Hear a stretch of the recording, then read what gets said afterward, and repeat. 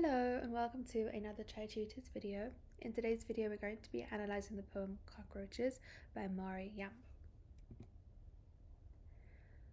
So the poet was born in Kenya in 1947. He is a writer and a poet and a university lecturer. It's worth noting that he was born in Kenya in 1947. Kenya was colonized by the British for a period of time and they gained their independence in 1963. This is significant to note because in the figurative interpretation of this poem, we're going to discuss colonialism. So the title of this poem is Cockroaches, and it's one of the most sort of impactful titles of a poem, I think, because the connotations we associate with cockroaches immediately spring to mind.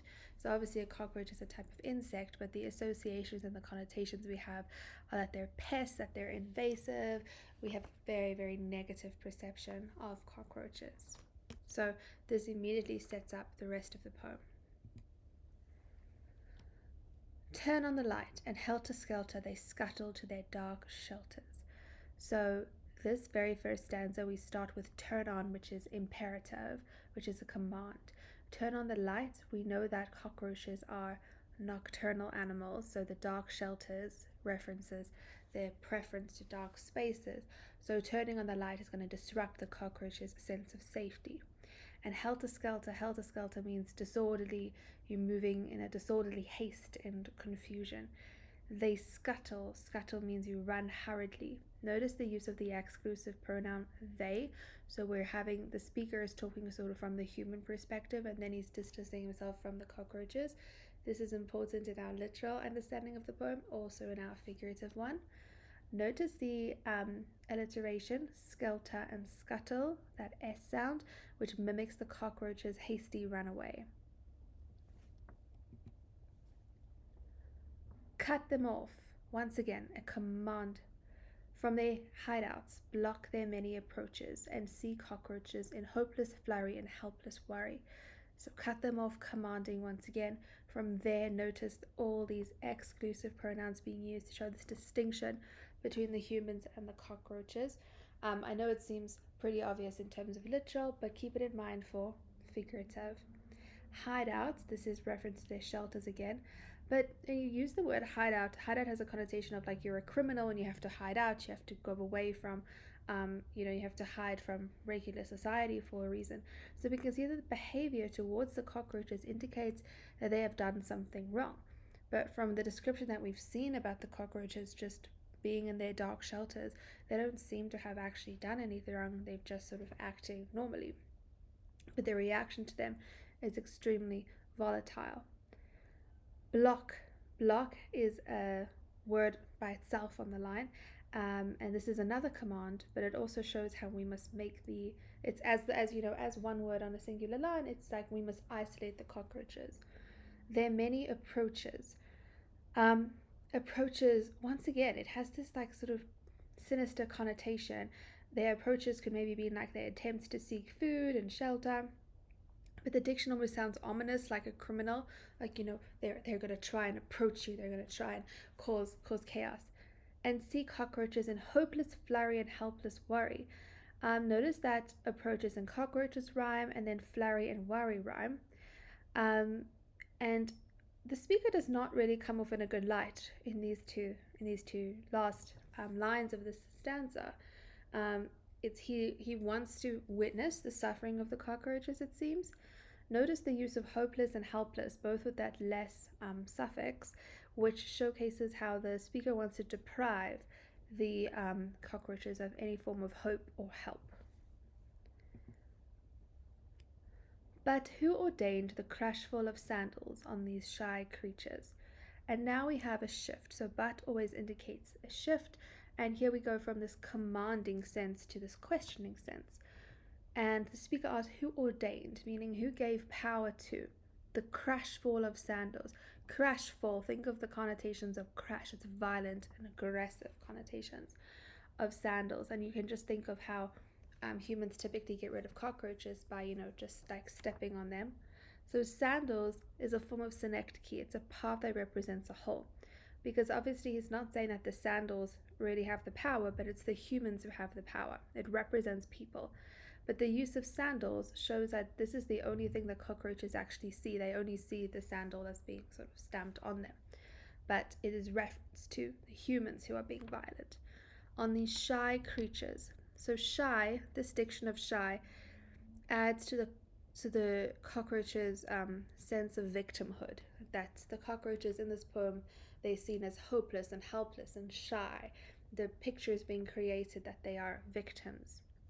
And notice the rhetorical question at the end of the poem. It makes the reader, not the end of the poem, sorry, the end of the stanza. It makes the reader think or consider the status quo in a new way. Like we always just assume, oh yeah,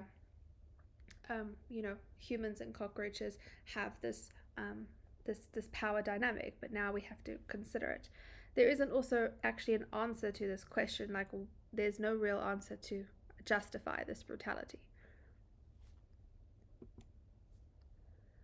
Or is it their love of darkness holds them suspect?